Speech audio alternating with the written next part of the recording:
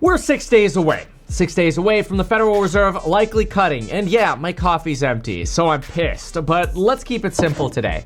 We've got China eating our lunch. We got Morgan Stanley panicking about AI data centers.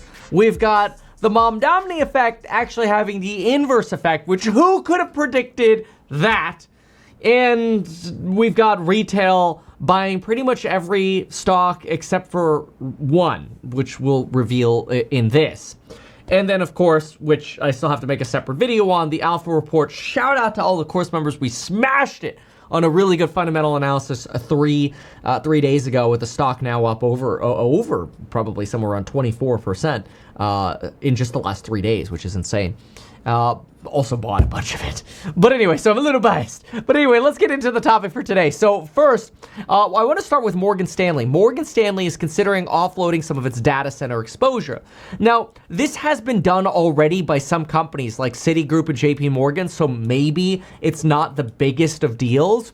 But there are these fancy things called risk transfer arrangements to keep these bank capital ratios in line. And they're basically trying to get a lot of this junk bond lending they're doing to these data centers off their plates. And this is aligning at the same time with sort of China eating our lunch, because in America, what we're throwing money at right now are big data centers. And John Thornhill suggests we could be throwing money at the worst possible thing.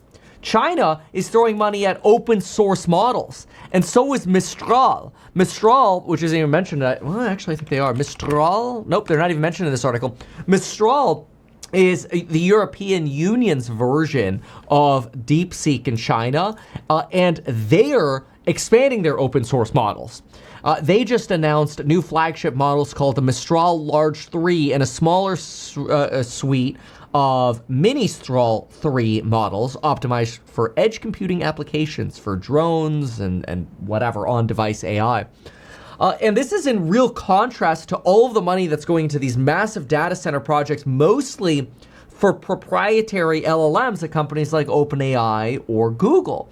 And so people are wondering, why are we throwing so much money at basically duplicating all of these proprietary models? Maybe we should be throwing money at open source models, and then we could consolidate these data centers and stop throwing so much money into all of them. My long-term belief is that LLMs are going to be no different from dictionaries. Everybody's going to have an LLM. They're all going to be the same. And it's not LLMs that you want to play when it comes to AI, because those are all going to be commoditized. I think you want the downstream service companies that are actually providing real net worth boosts to the companies that are using the product.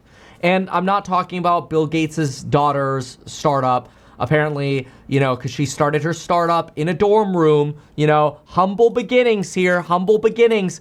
Bill Gates' daughter starting an AI search startup to go find you deals for crap that you want to shop with Hailey Bieber, Kris Jenner, Sheryl Sandberg from Meta, Sarah from Spanx, very humble beginnings here. But not talking about that kind of AI. Talking about businesses that actually make money for their customers. I mean, I frankly think Palantir is a perfect example of that, but there are a lot of companies that do this. And so picking the right winners in that space, that's where I think the biggest opportunities are. Whether you're looking at, some people are really into Salesforce, some people are into Snow, some people are into Path. You kind of have to evaluate where that money is. But I think that's a much better direction than, caring what Sam Altman is up to. Because I think Sam Altman, honestly, he is like kind of a gang guy for billionaires. That I tweeted about this yesterday, but I think that billionaires are having like this gang warfare, and instead of like shooting each other or fighting over drugs, what they're actually doing is they're just trying to make each other look bad. Like Sam Altman is now trying to explore a competitor for SpaceX. And it looks like so far, while talks ramped up as of the fall, they kind of fizzled since then. So it's probably not going anywhere, but it shows the pettiness of someone like Sam Altman. And it makes you wonder if Sam Altman is trying to fight Elon on SpaceX. Is he so distracted that that's why GPT is sort of falling behind Gemini now? And Sam Altman is literally the face of this $1.4 trillion we want to blow on more data centers, which is probably just misallocated money, while China is literally eating our lunch. I mean, look at this. Out of 74 high-impact technology sectors. China is leading us on 66. We lead in 8. Okay, so we get 8, China gets 66. Part of that, in my opinion, is because of sort of the Trumpian method right now of let's just let all the AI tech bros guide policy in the White House. And so you get shills like David Sachs who prop up their own startups in the White House, basically centrally planning policy. And ironically, we are way concentrating risk at data centers that's probably going to lead to a really nasty burst in data centers and LLMs. That doesn't make me bearish AI. I'm actually really bullish AI, not just because that's also what my startup does, but that's providing, real net worth to people. But companies like Palantir, although their valuation is way too high right now, those are the kinds of AI that I really like. Now, this though is a red flag. Oracle CDSs, while they've cooled to about 126 in the last 2 days, we just hit an all-time high on Oracle CDSs. And I think part of it has to do with what's going on with companies like Morgan Stanley going, we need to bail out and we need to reduce our exposure to these data centers. It's exactly why I like Meta. I think Meta is not only going to be a recipient of LLMs trying to advertise when they compete with each other, but, Meta is brilliant for moving their data center debt to Blue Owl. Let private equity hold it. But all of that is a risk factor somewhere. Because if Sam Altman blows up, he's going to take $1.4 trillion of CapEx plans with him. It's going to take AMD down with him. Lisa Su's AMD sales projections are in part based on their belief that they're going to pump chips to OpenAI in Q3 of next year after the NVIDIA check comes in. Yeah, I said that right. The NVIDIA check is supposed to clear Q2 of 2026 at OpenAI. Then OpenAI wants to buy AMD chips starting in Q3. So if Sam Altman goes, the whole cycle falls, right? We know that's a big risk factor. And it's interesting seeing CDSs continue to rise as of 2 days ago, and now Morgan Stanley wanting to dump out. Now, what's also fascinating is, no, not Mindy Smiley. I have no idea why I have this blonde up on my screen here anymore, but that we are going to get this 87% chance of a cut in 6 days. We expect to get this cut. We're going to get this cut. I actually don't think it's going to be that hawkish anymore of a cut, and it's one of the reasons why I've been relatively bullish since November 18th. I made a video on November 18th called Buy, and I talked about how most of the bad catalysts were behind us, and in the short term, I think we're bullish going through the Fed meeting, and that bullishness might actually continue through the Fed meeting because of those ADP numbers that were weak. Unemployment claims are very volatile. We got seasonal adjustments. I'm not really worried about that. But something else that's bullish, frankly, is you should be looking at the Challenger report. The Challenger report, yes, is bad in the fact that it's some of the worst numbers we've seen for November since 2022 and 2008, but we've collapsed in job cut numbers from the October really bad numbers. Like the October numbers were so bad, Donald Trump doesn't even want you to have the October job numbers. I think there's a lot of truth to that, by the way. Some of that is jade, I'd call that probably 50% jade, 50% truth on that one, my opinion. But anyway, this Challenger report this morning on job cuts, it wasn't that bad. We came down off this crazy October peak, and we're kind of in like a normal range, a more normalized range for job cuts here. So the Challenger report was bullish. ISMs and PMIs were bullish. The earnings that we got from some AI plays yesterday were fantastic, and there are some real gems hidden over there. And JP Morgan tells us basically retail is buying. 75% of retail investments at JP Morgan are going into ETFs. A lot of people are rushing into gold ETFs. Flows into Tesla and Nvidia continue, which I think there's a risk of those. And ironically, you're seeing outflows at Apple, which I actually like Apple. I don't have exposure to Apple, so I'm not like talking my book here. I actually think Meta is one of the cheapest of the Mag 7s. But yeah, retail investors are consistent sellers of Apple throughout the year, whereas they're consistent buyers of basically Tesla and certainly Google and Nvidia. That's at least based on JP Morgan's retail radar, which is very interesting. But are there dislocations in this market? Yeah. And I actually think the way to look at this right now is you kind of have to go deal hunting. You go look and say, okay, well, where are we able to buy things at discounted valuations?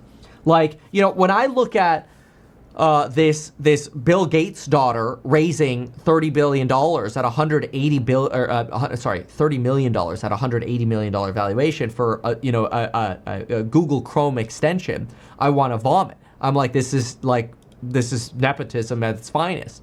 You know, I'd rather talk about the irony of what's going on in New York, which we'll touch on really quickly. But it makes me think I need to get a new valuation done for House Hack, because I think our valuation is gonna be a lot higher. But I think I probably should go. I should buy more of our own, more House Hack before I do that. But anyway, not a solicitation to invest. Okay, read the offering disclosures at househack.com. But anyway, look at this. Not an irony or not a surprise at all. Manhattan luxury apartment market surges after Mamdani wins. What did I tell you before this guy won? Before this guy won, I made videos every single time, and I said, every time a Democrat wins, they suck at expanding supply so much that the smart money ends up buying, because they know the Democrats are going to constrict supply even more. And so with little new supply in prime neighborhoods, I mean, obviously he hasn't actually taken office yet. It's not like he's been able to build supply. But usually, like, wealthy people know this. When Democrats win, supply gets constrained for housing. And the best move is actually to buy and not to sell. So we're looking at, you know, what does $4 million get you? Because that's what the number was. A surge in $4 million purchases. Here's One Wall Street, where you could buy a 2-bedroom apartment on Wall Street, which is a great address. One Wall Street. I mean, this is a fantastic address. Yeah, I mean, this is pretty modern, contemporary. I'd call this contemporary design. This is not your most, like, timeless, because it's too contemporary. It's too in right now, like all these designs in the cabinets or whatever. But, you know, it's nice. It's not for everyone. It's a little cold. But, you know, it's got Miele appliances. Dude, those are a pain in the ass to repair. But anyway, this is just an example of what you get for $4 million. The sales of these things are surging right now after Mamdani won. Not a surprise, because again, usually you don't build under a Democrat. You know, then you got Pete Hegseth, who's in trouble for using a Signal. This is old news. He's a dumbass for using Signal. He wouldn't know compliance if it bit him on the ass. Then you've got Emmanuel Macron, who, according to Candace Owens, is married to a man in disguise. But anyway, Emmanuel Macron is talking to Xi Jinping, basically saying Trump is effing up Europeans' relationship with China, and it's all Trump's fault. Whatever. And yeah, that pretty much covers what the hell is going on today. So, you know, broadly, shout out to everybody in the, oh damn, it's up even more right now. Shout out to everybody in the course member live stream. We did a really good, if you haven't looked yet, look at our course member analysis on Monday in the stock analysis tab. We did a phenomenal analysis, a fundamental analysis where, like, this is really bullish. Every signal is pointing to bullish on this. It just smashed on earnings. It's up like 25% since then. And I think if this catches the momentum wave, it's gonna skyrocket even more. I hope it goes down so I could buy more. That's all. That's all. I just bought like $70,000 of the damn thing. But anyway, that's it. That's it. That's all I got for us today. Okay? So cheers. I gotta go get some more coffee because obviously I'm running low. And then I gotta go to an open house because it's broker tour day. And there's a fixer-upper on broker tour a few minutes away. And you know what happens. Sniffing. I sniffed the blood. In fact, it even came up in our deal finder. Our net worth sniping deal finder brought this. I don't want to give it away. But here's just, I guess, a quick screeny of part of it. Yeah, I'll just zoom in enough so it doesn't give it away. But our deal finder even brought it up. You know, this is just a quick little back end, super zoomed in. You can kind of see the funky kitchen in there, the reinvest net worth boosting score. And, you know, soon we'll actually be doing the net worth calcs as well. That's coming in 2026. So we got some really exciting things going on here for real AI, not some stupid, dumb browser extension that's going to go shop for clothing for you. This shops net worth for you. Sniping net worth.